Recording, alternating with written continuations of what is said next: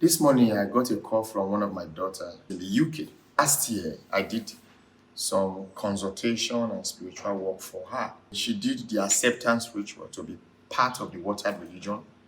And she said, "Sir, I want you to be my spiritual father." I have been doing prayers for all of them, all my children. You guys know that I gave a warning. And I said, anyone that is my child, be it a man or a woman, a boy or a girl, and your family members or any deity or a covenant decide to say it is your life they want to take, let them know that it's a war between me and them. And after that, I have been fighting. A lot of you people don't know. One of the most beautiful things of being my child is that you can never die young. To 3 years now, I've never buried any of my daughter. The only person close to me that was buried was the case of that young lady I told you. She's my very good friend. And I called her. The deity of your community in Rivers State is seeking you. Somebody in your family over 100 years ago got offended and your family was reported to them. So what happened is that the person that is carrying that curse was every first son of the family. Now your father is carrying the curse. He says, "Sir, you are right. My father died young after giving birth to all of us. I have lost my brother. I have lost my elder brother. I have lost my elder sister. Myself and my step brother, we are the one remaining." I said, "Okay, what will happen is this. I will summon the deity. And we have a negotiation with the deity. And then let's see what we can do." Say, "I'm a Catholic. I don't do all those things. Jesus Christ has wiped my blood, has used his blood to pay the price."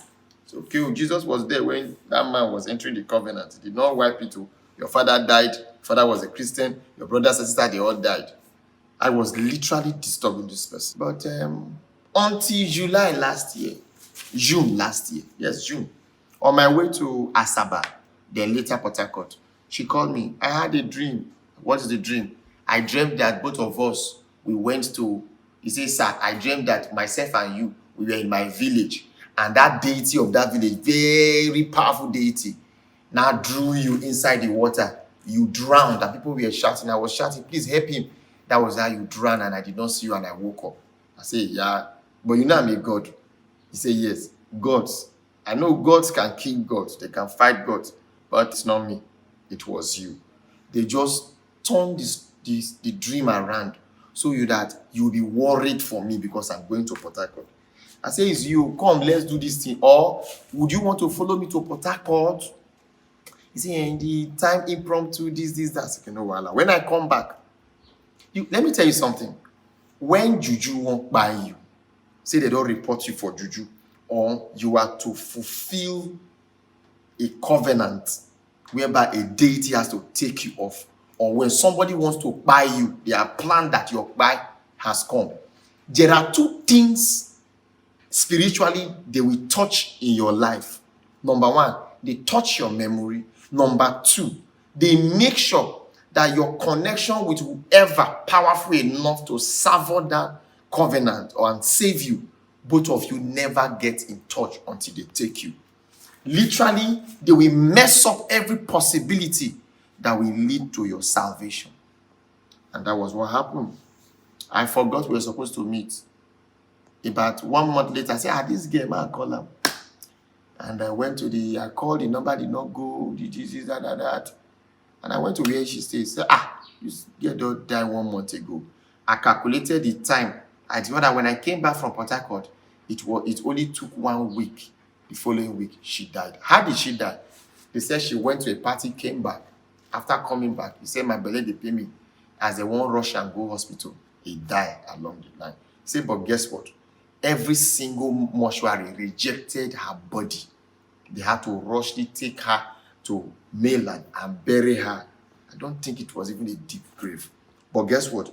When they sent me a video of her when she was dead already, her stomach was swollen. Water was pouring, rushing out like from her mouth, her nose, her eyes. Water was coming out from her eyes. You will see that she looked like someone who had jumped into the lagoon and drowned. And I said, Mabel, her name is Mabel. Now your stubbornness, if you had come, we will fix this thing. Why am I saying this? My daughter that called me from the UK, I told her, I say, you are a fine woman. No. I wish we were in Nigeria, I would have even married you. But you see your problem is from your home. There is somebody in your family that made a vow that nobody will ever succeed. And that person made that vow because of your mother. Let me tell you something. You can be suffering for someone's hatred over another person. Why? Because that person, there is a covenant, there is an attack on the person that you will never make it in life. And because you will be the one that will bring light into that person's life, you will carry the curse. And let me tell you, I love my mommy, I love my daddy. Some of you are in abject poverty today because you carry a woman for head. There is a family that is so powerful and rich in Nigeria today. The mother sacrificed her life for the family to be what it is today. And is a respected family on earth as we talk to you. I don't need to mention the name of the family. Some of you are suffering today because the day you made money, that's the day you buy car for your mother. That's the day you build house for your father. And because one of your ancestors or your father must have offended someone and the person went to a deity, reported, and they said, this man will never drive a car till he die. And you try to do that, they will take you out. And I told the woman, somebody, because of your mother. She told me everything that is happening, things are not working fine. This woman could not even take care of the mother. The mother did not even enjoy. Finally, news came that the mother died. My prayers were still with her. And she said she was to come to Nigeria. But those who are protected by Uzih, they can never make mistake. See, let me tell you something. Some of you may not believe me. You see me, my spirit, the real Uzih, the Uzih itself. I sleep with every of my child every night when they go to bed. When they wake up and they are going to work, I follow them back to back. I will tell you why. When I accepted this calling, I said I made a covenant with the waters and the deities and my ancestors. And I invoked my mother because my mother was aware that I was called to do this. And I told her, I will not do this work until the gods have a covenant with me. And my grandmother said, what is it? I said, the covenant. I summoned Oloku. Oloku was standing there with me when I had this covenant. My grandmother was there. My great-grandfather was there. My great-great-great-great-grandfather was there. More than 1,000 ancestors were gathered. They said, go. I said, we go under one condition. So what is it? I said that my grandmother, we have a covenant with me that none of my child, anyone that believes in me, Uzih, and follows my teaching, and follow the ways of his ancestors, and say it is Uzih, will never ever die. So the longevity you enjoy, Naomi, Ifode, Odioko, you will transfer that longevity into my hand, and I will send it to all my children.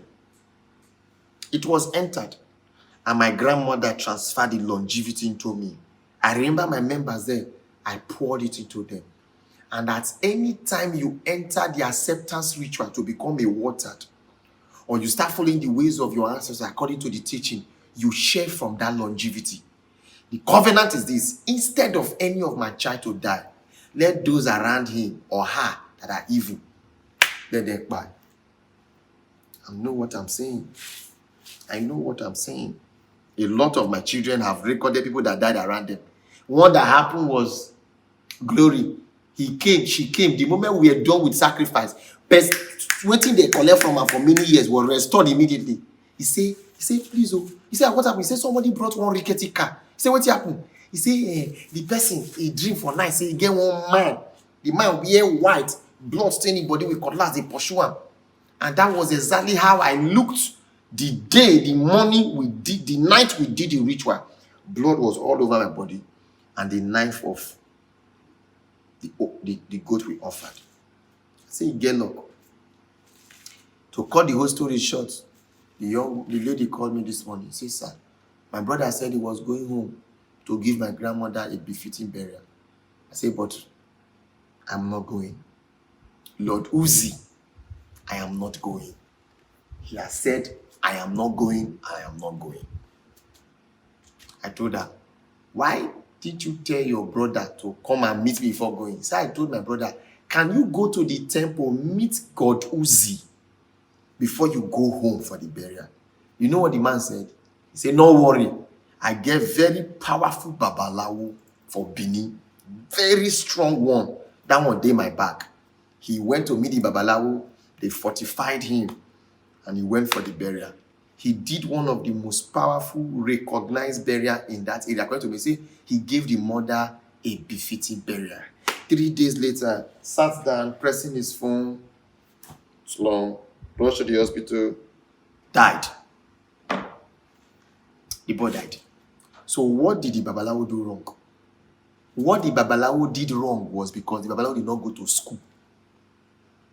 The mistake the babalawo did was he did not go to school. One is to be called, another is to be educated. It is through education you understand what is called spiritual insight. Let me say this to you, whether you believe me or not. Your ancestors can never communicate with you at a level of spirituality until you are highly educated. Because the day they died, they were no longer the uneducated people you know. They start operating in a higher realm of insight because they are spirituality themselves. They understand how it works. Now, let me tell you what killed that young man. Now, after the burial was done, the man or the woman that did that ritual, that whoever gives this woman a name will go down, and he went after the woman's children, had gone to make the deity. The idea was that the children must never make it. How come this one made it and gave the mother a befitting burial? By the virtue of the covenant, a blood was entered, and for this you have failed. The deity will go and meet the babalawo of this young boy and said, while I don't so this person, this is how it is, so money was paid. I removed my hand, and they took him. Do you know how many times deities and spirits and even ancestors come to meet me that our son, we need to collect him? This is how the covenant. I say, I had a covenant with all of you before that anyone called of my name cannot die young. So what will happen is this: when he don't live in life, reach more than 114 years, when he don't pass 114 years, minimum 100 years, you can go. Maybe when he come back in the next life, if he agree to come back. And they go back. And because there is evidence to show blood was offered. My blood was offered. The blood of an animal was offered on that covenant. They not born that deity well. I'm sitting on the altar of Anubis. Over legions of deities and ancestors are hearing me what I'm telling you. None of my child will die young. Instead, make the foolish one around one when they don't know how to protect themselves, and they will collect them on the behalf. The brother died a few weeks ago. She was crying. I said, now, you can never come to Nigeria. Anytime you step in Nigeria, if the aeroplane won't route you to Benin, reroute the aeroplane back to Lagos, you must come and step on this ground first. But today, that man, I will deal with him this night. And that is why I'm making this video. Before the call came, I already said I'm coming to offer libation to the gods and the ancestors to bless all of you who are my children on the altar. Then I will do something for her. And I told her, before the end of this month we are entering, you go, yes, another person don't buy, that person don't go. Then you go see, say your life goes like your life go skyrockets. Marriage go. Now you go tell me, say, oh God, somebody don't say won't marry me, or na bride price, they won't come pay you. They will come pay your bride price. In fact, I mean they will pay the bride price for. They will first, because they will come first pay the bride price for the temple first, before they will go pay your bride price for your own people. I think that's what we'll be doing in the water now. Before you go and pay bride price home, you come and pay bride price to the gods and your ancestors at the temple first, so that your marriage are in the hands of those who will do everything to protect it. Let me say this. You need to do what is called deep consultation to understand where problem is coming from. And as a human being, if you think your problem comes from one part, no. And listen, those that have problem in your life are always not likely going to be those you love, those that are close to you. It may not see your problem may be your mother, not because your mother did something to you, because your mother must have done something to somebody else, and the wickedness was not transferred to you. It may just be your mother's calmness. It was nice, and somebody envy do something to her, and it's affecting you people now.